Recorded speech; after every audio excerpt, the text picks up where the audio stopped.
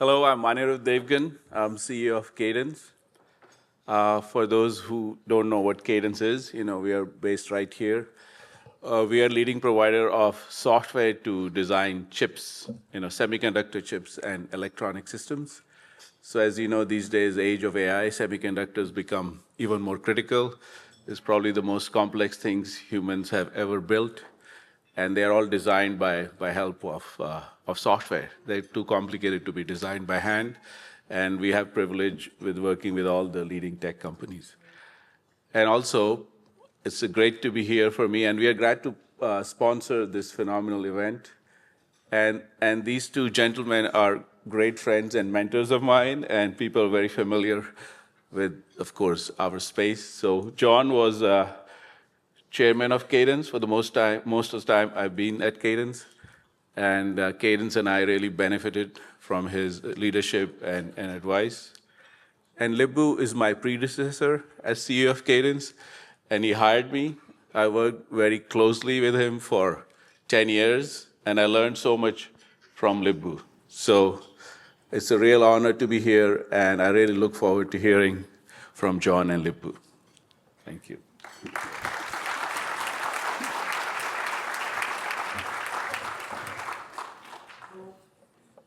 Okay, well, I have some notes, but I'm not going to look at them. So we'll see how this goes. I have known Lip-Bu for more than 22 years, and I'm going to keep this introduction short because the conversation is the main thing. But Lip-Bu was born and raised in Malaysia. He was a physics major as an undergraduate, still in Malaysia. At age 19, he immigrated to the United States, enrolled at MIT in nuclear engineering. He got a master's degree at MIT, and then he moved to the Bay Area, and he had a couple of jobs in engineering. He was one job, I think, in venture capital. He got a MBA at the University of San Francisco. Maybe that was at night. And but at age 27, he founded Walden International. And Walden International specialized in semiconductor and software startups. Those were not particularly the most popular area in venture capital at the time, so he was a bit of a contrarian investor. But Walden was a huge success. Over the years, it supported hundreds of American companies, creating 50,000 jobs in the U.S., $400 billion of capital, market capitalization. So it's a big success, but actually it was also investing all over the world, particularly in Asia. We met in 2004. I'd been on the Cadence board for about a dozen years already. And 1 year later, in 2005, I became chairman. 3 years later, suddenly, Lip-Bu and I were co-interim CEOs of Cadence. It was kind of sudden. Cadence was struggling. We parted ways with the CEO. And there was a third person in what was called the office of the CEO, Kevin Palatnik. He was the CFO. But suddenly we're supposed to be running the company until we found a permanent CEO. We hired a search firm.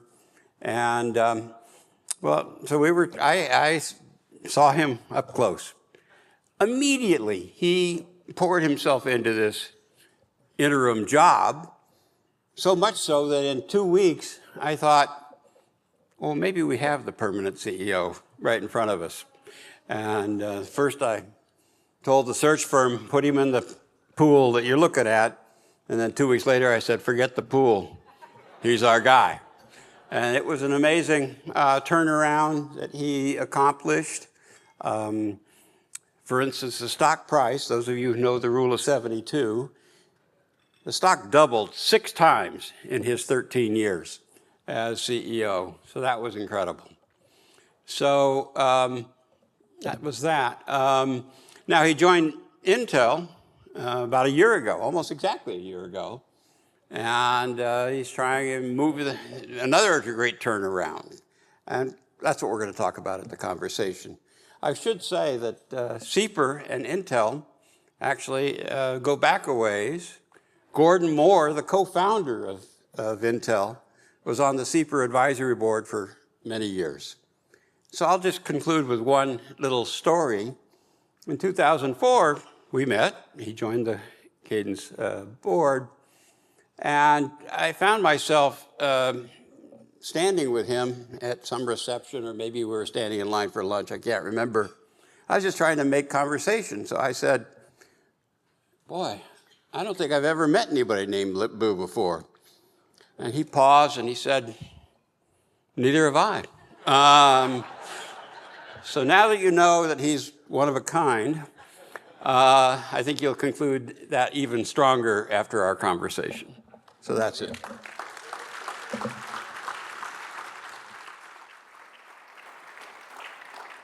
Okay. Thank you, John. Thank you. Like I say, we're friends and we've known each other a long while.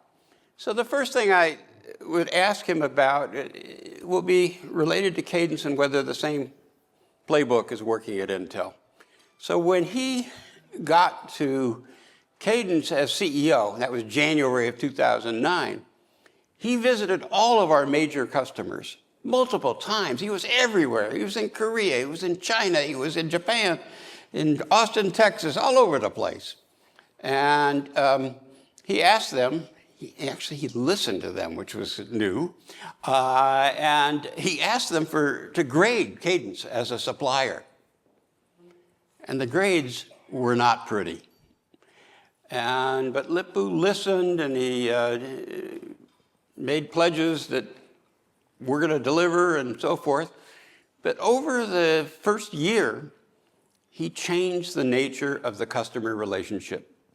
It changed from Cadence being a supplier to Cadence being a partner. And that was hugely helpful in the turnaround. So my question is, are you doing that again at Intel? Well, first of all, delighted to be back to SIEPR. And when John asked me to do this fireside, I cannot say no. I say yes. So I'm delighted to be here. I meet a lot of old friends here, and I'm delighted to be here. So I think a couple of things. So first of all, I thought that after Cadence, I pretty much going back to my, venture capital investment, starting to make a lot of investment. Then I was asked to step in, as a board member, and then later on I stepped down, and then they didn't let me go, and then asked me to become the CEO. And many fans told me that, Lip-Bu, you shouldn't do it. With your success at Cadence, with success with so many IPO, only people only remember the last one. And so just warned me that don't make a mistake. And then a couple of friends said that, well, before you retire, it would be great to save this iconic company, and it's so important to the United States. And so, most important, I need to convince my wife. And so I have the permission after 44 years anniversary. He said, oh, just do it. And so with that, I decided to step on it. So answer your question. So I think, and many people know me, humility is my personality. And so, get on the job at Intel, the first thing I want to spend, actually the first day, my biggest customer request for dinner together. So the dinner, he have a long list of problems. So I say, okay, let me take down the notes. And he said, we are so delighted you're the CEO. And in the past, you guys don't even want to listen and even lecture us. Now we are so delighted to have you. You are so humble. You take notes. And then I follow up with meeting and clarify all the issue. And then we are delighted right now. We have a big partnership with them. And so I think the most important, you just have to understanding what is real problem. And being a good engineer, you try to figure out how to solve it. And then initially try to know how bad the product is. The key point is you just have to build the trust with the customer. And then our competitors at that time, very good friend of mine, He said that finally we found out your secret. My vendors treat us as a vendor. They treat you as a partner. And they share with you next 5 year, 10 years roadmap that we don't have that benefit. So that's kind of being humble, show the vulnerability, and actually you show strength. And it's not, you don't need to tell them how smart you are, but you build the trust that they count on you to deliver and get the best team to deliver and solve the problem. I think that's kind of the kind of secret of success, I think. So the answer is yes, he's following the same playbook. Also, if you're 21 and getting into a graduate school at MIT, you haven't had a lot of F's and D's before. Okay, one other thing about Cadence, the early days, some of his direct reports would come to him and tell him what great things are happening in that part of the business, whatever the direct report was responsible for. And Cadence was struggling, just like Intel was struggling when he took over. And so Lip-Bu said, well, why don't we start off with the lowlights instead of the highlights? Why don't you tell me what's not working?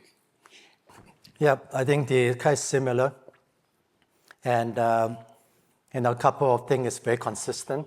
Number one, they all want to tell you good news. And so I usually tell them that I'm only interested in bad news. And being an engineer, I like to see the problem. And then actually, I learned from the mistake. And so something similar at Intel, people tell you all the good news. And then, so I said, well, that's a philosophy. If you tell me the bad news, that means that it's our problem. If you don't tell me, then it's your problem. And if I hear it from the customer, you're in deep trouble. And so that's kind of the philosophy still apply. I came up with a theory that there were two speeds of light in a big company. There's the speed of light with which good news reaches the CEO, and the much slower pace that bad news reaches the CEO, and he fought that, and so that was good.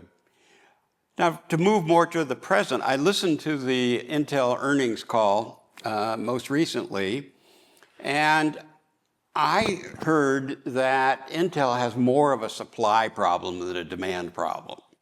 So good news is that demand is strong.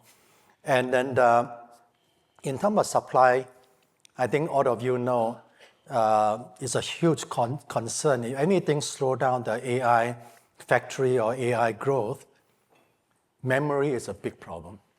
The supply chain is a huge constraint. Finally, I tell my team the culture got to change. The new Intel, we got to be humble. We have to be more open and transparent. And we're still moving. We are still changing it.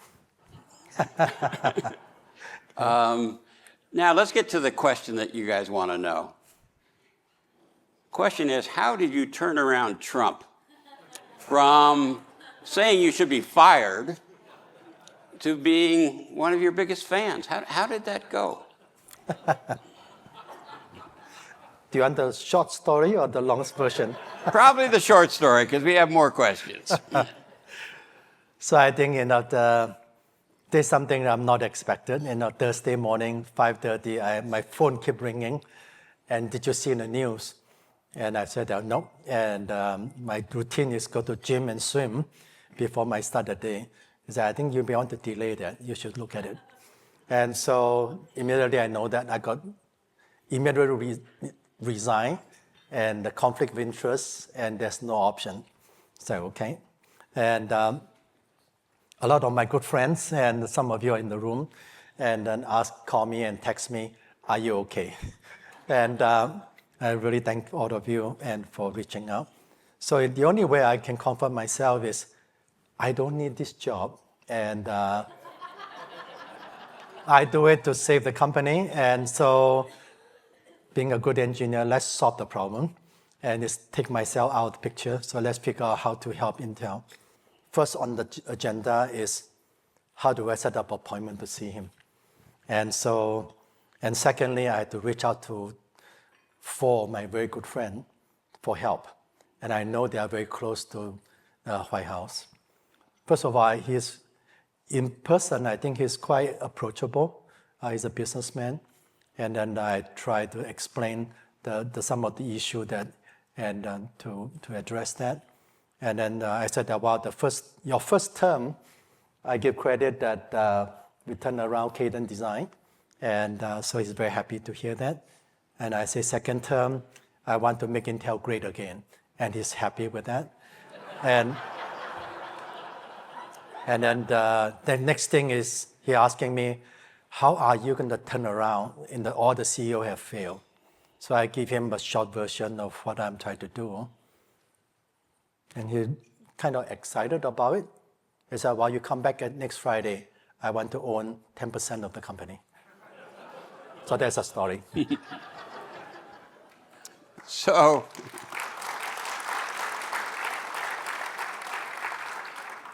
somewhat related to that, how important is it that the United States have cutting-edge semiconductor fabrication plants?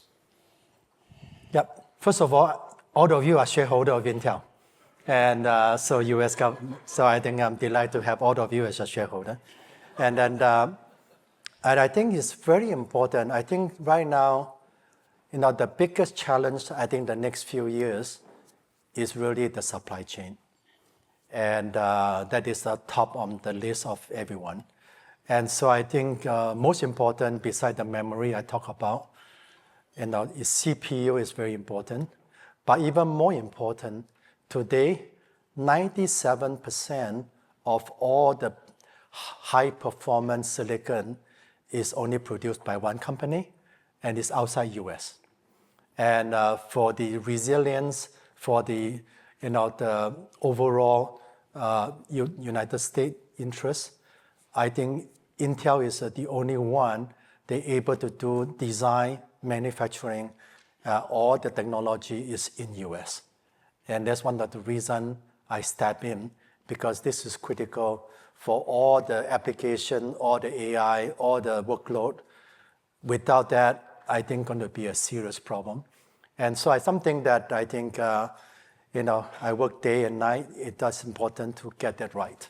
And that is not just the technology. You build the trust with the customer. And then the customer will trust you with billions of dollars of revenue depend on you. So that is a journey. It's not overnight you can make it happen. And we have at least 100 steps to get there. And that's why it's important to get the right team, get the right technology, get the right ecosystem to help you. And most important, get the customer to know they can trust you with the wafer that you're going to deliver. Their revenue depend on you. And so I think those will be a journey, but it's critical for United States. Lip-Bu, I know you've been thinking about and working on AI much longer than since ChatGPT was introduced. And my question is, what path do you think AI is on? Are there aspects of it that are being overhyped? Are there aspects of it that may be underappreciated? What's your take on where we're headed in terms of AI? I think AI, I think some of you know quite well, experience through the internet. AI is 10 times even more impact to the whole world, the whole industry, and across all the different industry function. I think AI is something that is not just a search engine. It's something that you can have millions of agents that help you to do the job better. And then it's not just to find information. They can help you to predict and suggestion to you. That is very profound. A lot of problems that you're dealing with, you can really, ask the AI to drive it. So I think Gen AI, we all see that happening. Now the big thing is agentic AI, and then just around the corner is physical AI. And in terms of, is that an overhype? I don't think in the short term it's overhype. So I think it's just a sea change in terms of, and for the industry and also for the educations. And then in some way, I think foundation research is badly needed, and otherwise, we're going to fall behind. So I think those are the things that I'm very passionate about. So I think that's something going to be exciting in some way, and also some very alarming. If you don't do it right, you're going to fall behind.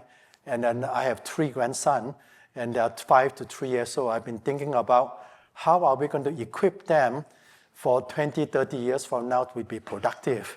And then I talking to my son and daughter-in-law, we come to a conclusion, communication skill become very important. How do you communicate with the agent and the digital worker, and going to be, how to orchestrate that and make judgment call. And then in some way, they have to adopt AI in their curriculum so that equip them to be more productive and then able to supervise all this. So I think all in all, I think the AI opportunity is tremendous. After Lip-Bu accepted the Intel job, we had a conversation, and he reminded me, this is not a 1-year turnaround. This is going to take at least 5 years. So I'm asking you, what will Intel look like in 2030 if things go well? Well, I think President Trump asked me the same thing. Oh, no. Well, I think a couple of things, if I can ask to share my inspiration. So I think Intel still have a lot of talents, but I think a couple of things I try to focus on is accountability, and rather than pointing finger. So it's very important is we own the problem. Let's fix it. How do we addressing it?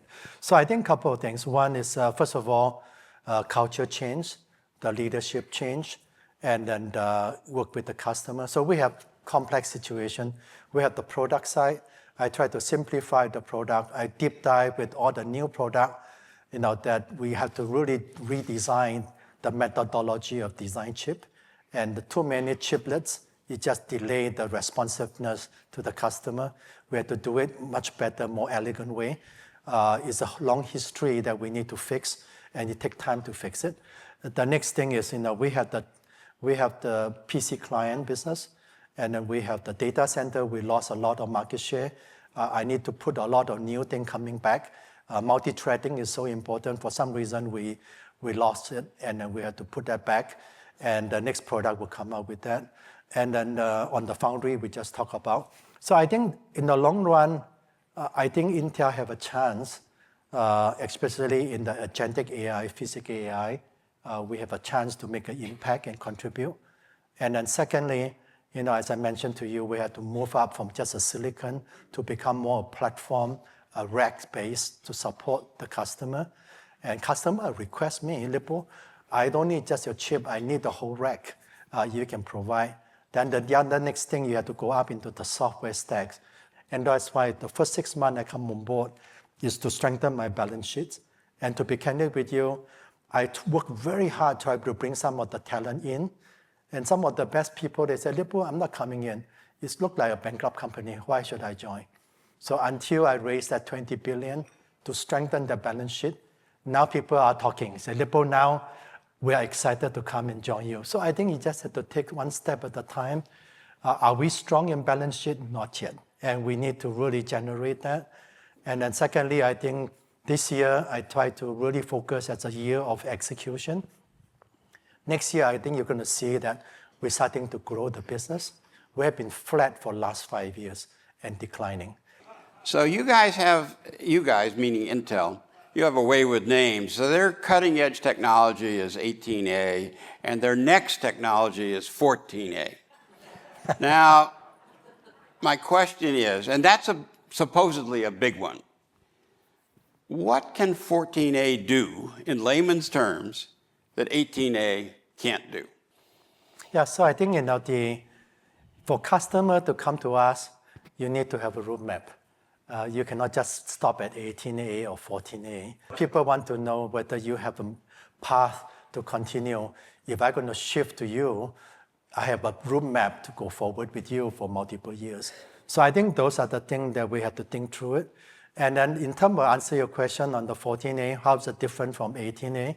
I think we'll have a higher performance. And then secondly, have some of the improvement in terms of power, in terms of area, and then so there's a lot of disruption that we have to improve. All the things that we are learning on fixing it is actually an asset because many things will be applied to 14A, and so we just have to apply the same, playbook to make sure that we can build the trust from the customer.